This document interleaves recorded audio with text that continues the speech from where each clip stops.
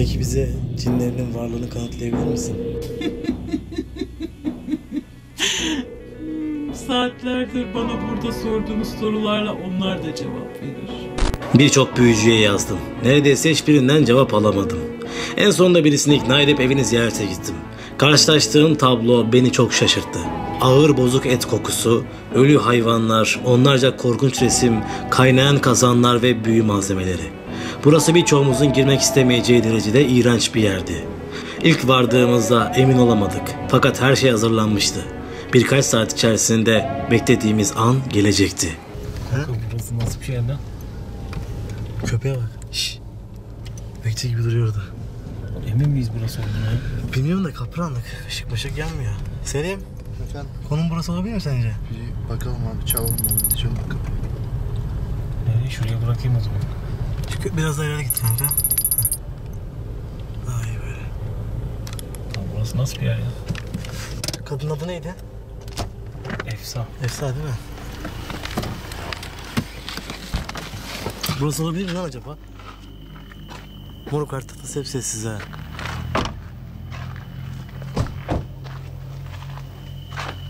Kanka. Burası olduğunu emin miyiz ya? Ben de aynı fikirdeyim. Soralım mı abi şey? Hiçbir evin ışığı da yanmıyor. Kadının adı neydi? Efsun muydu? Efsa. Efsa Hanım. Efsa Hanım.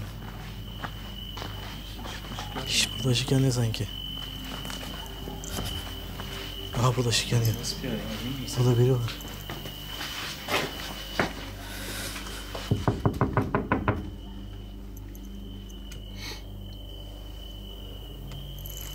Saçmıyor lan. Ama biri geldi. Selamünaleyküm. Aleykümselam. Efsa Hanım'ın evi burası mı oluyor abi? Burası. Biz çekim için gelmiştik. Kendisi biliyor bizim geldiğimiz. Çekim için konuşmuştuk telefonda ama. Bir dakika bekleyin kardeşim, ben bir sorayım. Tamam. Ne lan, tipe bak. Biz nereye geldik ya?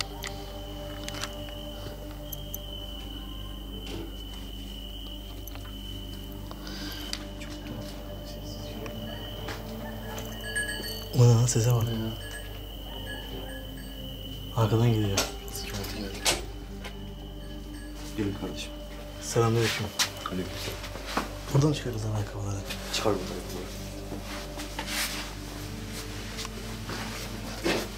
Buraya mı gidiyoruz? Burası, gel kardeşim. Selamünaleyküm.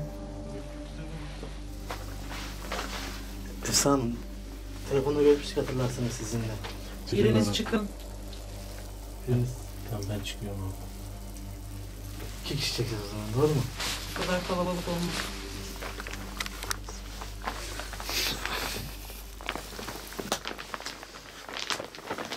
Selim, sen şöyle güzel bir yerden çek kardeşim. Şunları çekebilir miyiz ya acaba? Vallahi ben çok ilginç buldum onları ama. Efsa Hanım, telefonla görüşmüştük sizinle, hatırlarsanız zaten. Biliyorsunuz ki yani kanal olarak birçok proje yapmaya devam ediyoruz. Bir büyücüyle yüzleşmemiz çok isteniyordu. Bu anlamda sizin yanınıza geldik ama vallahi karşılaştığımız durumlar biraz ilginç. Biraz da ürkmüyorum değil. Evvela size çok soru soruldu. Yani başından sonuna bir sürü soru geldi. Instagram'da paylaşım yaptım çünkü ben konuyla alakalı. Biliyorsunuz ki Instagram aleminde bu tarz şeyler çok seviliyor. Ve insanlar sizinle alakalı, yani sizi merak eden insanlar çok fazla var. Yani nedir, ne değildir diye çok merak ediliyor. Da kurcalamayın. Otur kardeşim sen böyle. Müsaadeniz varsa 2 tane kamerayla kayda gireceğiz. Müsaadeniz var, doğru mu? Tamam. Şimdi Selim, güzel bir yerden çek, ikimizi de gör. Sen yüzünü göstermek istemiyorsun. Tabii sonuçta senin doğal hakkın, bir şey diyemiyoruz. Ben şöyle kısadan size bir kendime çevireyim kamerayı. Arkadaşlar şu anda bir hanımefendinin yanındayız. Kendisi büyü ilmiyle ilgilendiğini söylüyor. Bu ilimle alakalı çok şeyler de bildiğini söylüyor. Biz de bununla alakalı kendisini ziyaret ettik. Sorup soruşturacağız nedir ne değildir diye. Tabii kendisini göstermek istemiyor. Burası onun evi. Çok tepede bir yer. Tepede olmasını şaşırttı ya. Bayağı tepede bir ev ama. Çok eskiden beri buradayız. Bir şey söyleyeceğim ya, şunlar ya terbiyesizlik olacak belki ama merak ettim. Bunlar gerçek mi? Şu ne? Biraz daha yakından bakabilirsin. Ellemeden ama.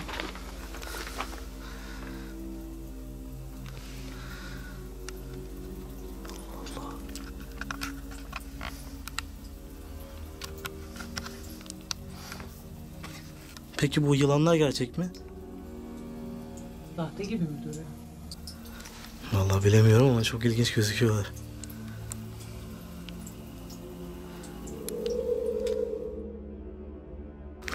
Şimdi ilk sorumuza başlayalım. En çok merak edilen sorular, başlıca ben seçtim, bir 10-15 tane soru seçtim.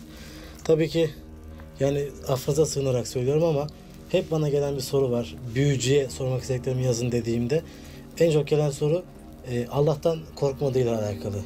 Yani biliyorsun ki sonuçta sen bu işi yapıyorsun ve biliyorsundur illa. Büyü yapmanın ve yaptırmanın asla ve asla hani dünya ve ahirette yeri olmadığı söylenilir. Yani sen bu anlamda ne diyorsun? Yani büyü yaptırmak büyük bir haram ve sen Allah'tan korkmuyor musun? Tabii ki korkuyorum ama insanlar bu işe isteyerek girmezler hiçbir zaman. Yanlış her zaman yanlışı doğurur. Bir yanlışa tutundunuz mu ardı arkası kesilmez. Yani siz bu işe bir yanlışlıkla mı başlamış oldunuz yani? Biz dedelerimizden, babalarımızdan onların yanlışlarıyla devam ediyoruz. Bu iş tamam dışarıdan gözüktüğü kadarıyla ilginç, korkunç ama bir de maddiyat bölümünü merak eden insanlar olmuş. Onlar da sormuşlar ki sen bu işten çok fazla para kazanıyor musun? Büyüsüne göre değişir. Çok büyük büyüler isteyen, çok büyük sorunları için gelenler, ona göre değişir. Anladım. Yine meraklı bir seyircimizin sorduğu bir soru var. Sana demişler ki zengin olmak için büyü yapılıyor mu? Çok. Ama bedeli çok ağır olur yaptıran kişi için. Çok büyük bedeller öder. Büyük hastalıklar, kendine olan musallatlar, başına çok büyük kazalar gelebilir. Sonuçları çok ağır olabilir. Dönülmez ağırlıklı sonuçlar olur. Dönülmez ağırlıkta. Anladım. Başka bir büyüyle kurtarmak mümkün olmayabilir. Zincirleme gider zaten bu durum anladığım kadarıyla. Etrafındakilere bulaşır. Bir sonraki sorumuza geçiyorum. Harut ile Marut'u biliyorsun. Bilirim. Harut'la Marut'un büyücüler tarafından yerleri bilindiği söyleniyor. Böyle bir şey gerçekten var mı? Var ise sen yerini biliyor musun? Onu benim dedelerim bile bilemez. Allah. Biliyorum diyen büyücü yalan söyler. Hiç mi kimse bilemez? Kimse bilemez. Ama bilindiği de söyleniliyor. Mümkün değil. Anladım. Bir sonraki sorumuza geçiyorum. İlginç bir soru. Merak edilen bir soru. Ben şahsen kendi adıma söyleyeyim. Çok merak ediyorum. Senin emrinde cinlerin var mı? Şu anda siz konuşurken benimle konuşanlar bile var. Allah Allah. Sizin için de bir şeyler söylüyorlar. Peki en büyük yaptığın büyü hangisi oldu? Çok yakınıma ölüm büyüsü yapmıştım. Çok ağır bedelleri oldu tabii. Ama bir daha hiç yapmadım. Çok gelen oldu yaptırmak için ama başkaları da oldu. Yapmadım. Peki yaptığın büyü tuttu mu? Öldü mü gerçekten kişi? Evet. Siz bana gelenleri tahmin bile edemezsiniz. Ben isimlerinden bir iki tane saysam şok geçirirsiniz.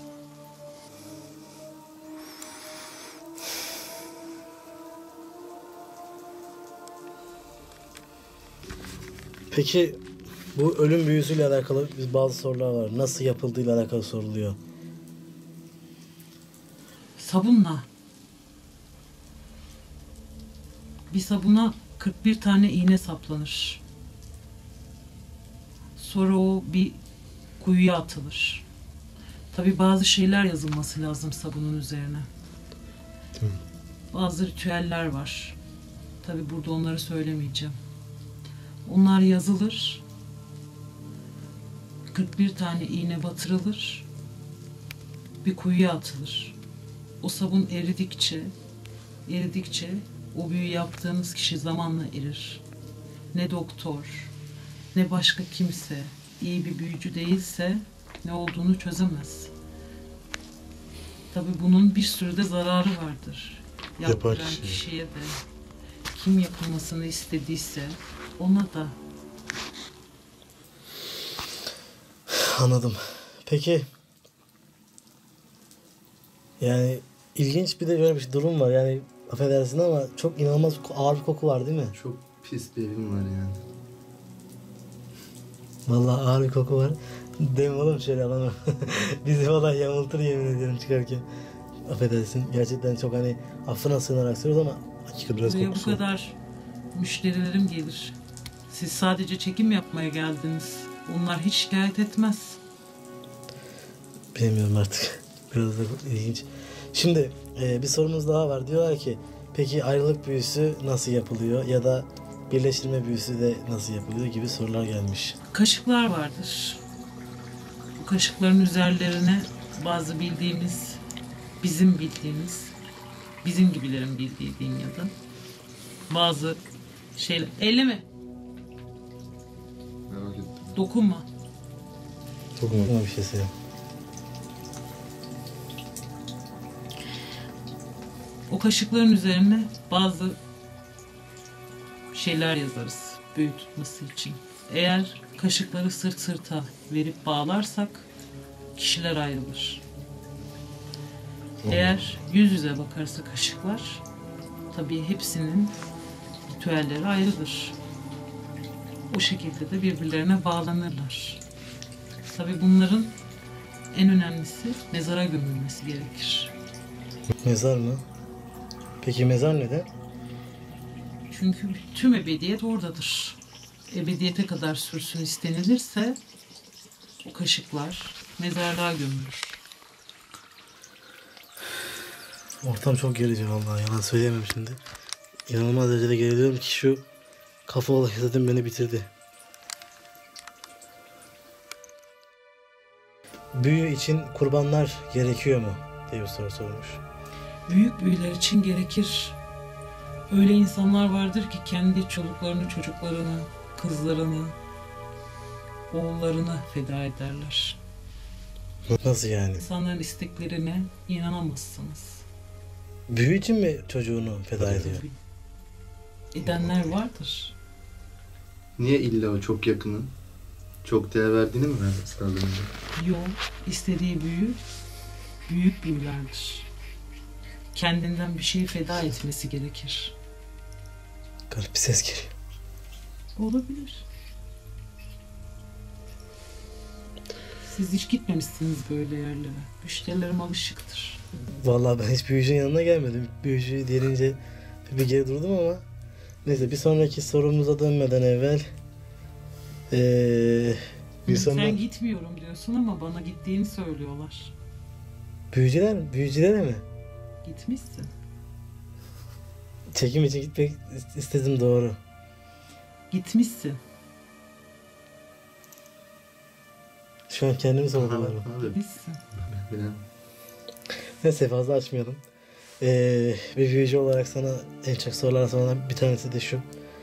İnsanlar büyü bulduklarında neler yapmalı?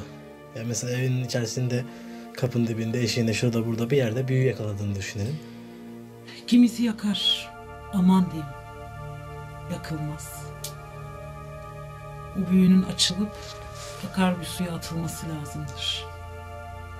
Yakılınca, yok olunca her şey bitti zannederler. Ama öyle olmaz. Üstünde cin isimleri ve Allah'ın isimleri vardır. Yakamazsınız. Peki yine gelen bir soru. Ben de ilginç buldum bu soruyu. Müslüman cinler sana büyü yapımında yardımcı oluyorlar mı? Bunlarla asla benim işim olamaz. Asla bana yardım etmezler. Neden peki? Etmezler.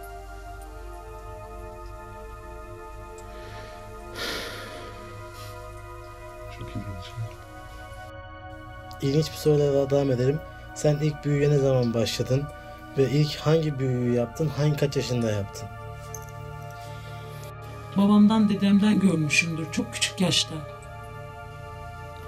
Ama ilk yaptığım büyüyü inan hatırlamıyorum.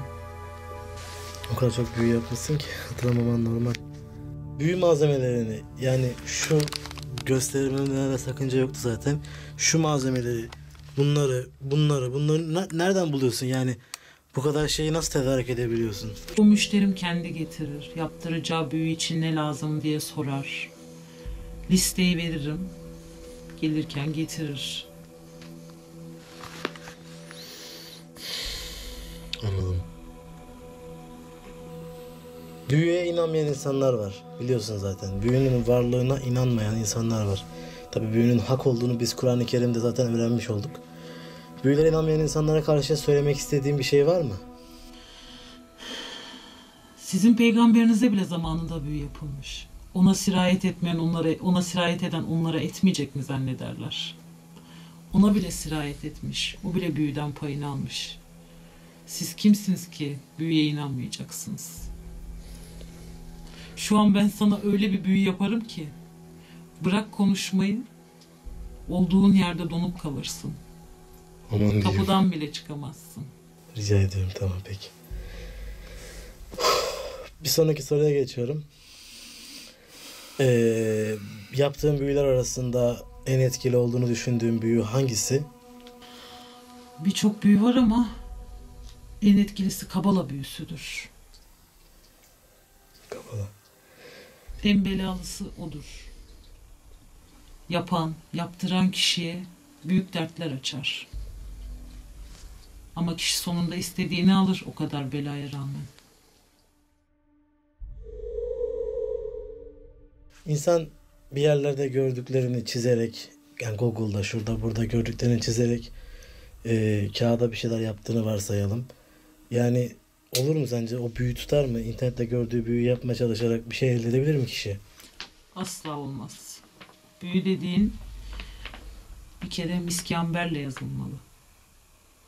Miskamber. Neden miskamber? Çünkü içinde alkol yoktur. Allah'ın isimlerini, ayetlerini içinde alkol olan herhangi bir şeyle yazamaz.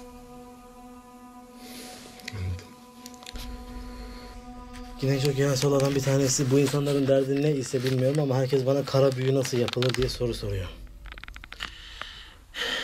Kara büyü çok tehlikelidir. Bir tabutun içine bazı tılsımlar koyulur. O tılsımlar da İbranice yazılıdır. Sonra bir bebek ve kan. Kanlı bir bebek tabutun içine koyulur yine. Yani hepsini size anlatamam tabii ki. Sonuçta bunları yayınlayacaksınız. En sonunda da yani bilirsiniz cinler kan ve eti sever, kanlı et severler. En sonunda bunların etrafında bir ayin yapılır. Oraya hapsetmek için cinleri. Bir ayin yapılır, ayinin sonunda da o kanlı etler bir ayının önüne atılır. Şimdilik bu kadarını bilmeniz yeter. Ayı neden? Yani o etlerin bir şekilde yok olması gerekir. Yakmak olmaz. Kara büyünün en son adımı da odur. Ayılar yedikten sonra ne oluyor peki? Büyü başlar. Yapmak istediğiniz o kara büyünün bütün etkilerini görmeye başlarsınız. Sonsuza dek devam eder. Bu ayrılma, bağlama büyüsü gibi değildir. Ya da birine yaptığınız ölüm büyüsü gibi değildir. Yani sabun eridikçe erir de o insan da erir. Kara büyü öyle değildir. Her şey bir anda tuzla buz olur. Yaptırdığınız kişinin hayatı yok olur. Ölmek ister, ölemez. Anladım, çok gerildim.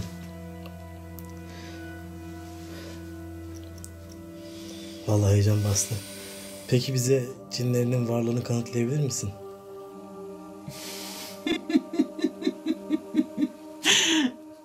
Saatlerdir bana burada sorduğunuz sorularla onlar da cevap verir. Siz duymazsınız. Size görünmezler. Ama kendilerini hissetmeniz için bir şeyler yaparlar. Mesela. Yapar mısınız? Bak yanında bir beşik var. Paranoya oldu. Bir sallayın görsün. Hissetsin size. Bir dakika tamam bir dakika dur. Tamam bir dakika dur yapma. Vallahi çok gerilmeye başladım. Yo devam edin siz inansınlar. Tamam. Tamam, kaydı Arkadaşına keselim. söyle. Yok, Arkadaşın da gör. Tamam durun.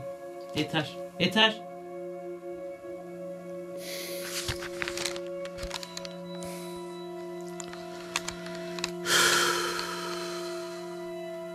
Ne hissediyorsun? İlginç birisi olduğun ortada. Çekilin başından. Çekilin. Bak bak. Çekilin başından. O şu an dua içinden okuduğumu hissedebiliyor musun? Yanından bu tarafa doğru gelmeye başladılar. Ama bunu bu şekilde yapamazsın. Dua okumak için doğru yerde değilsin. O gittiğin büyücüye benzemiyor burası değil mi? O büyücüye çekim için gitmiştim. Ama pek iyi bir büyücü değilmiş anlaşılan. Çok müşterin var mı? Çok. Genelde kimler geliyor? İsim veremem size. İsim olarak Ama- olmasa da mesela Büyük iş adamlarına varana kadar var. Çok yaklaşmadan kaydedebilirsiniz.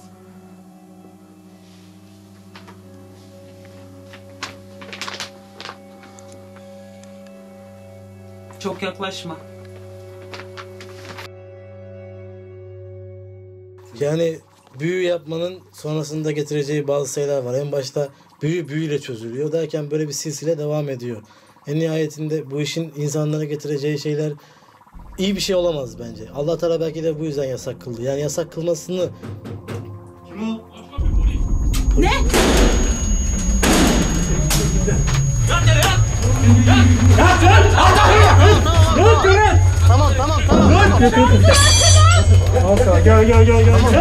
çık tamam çık.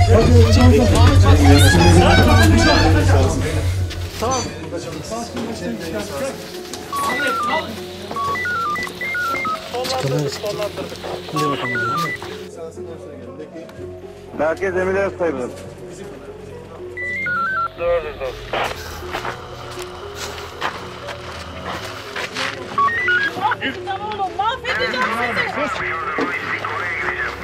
Komiserim, yukarıdan biriniz biliyorsun zaten.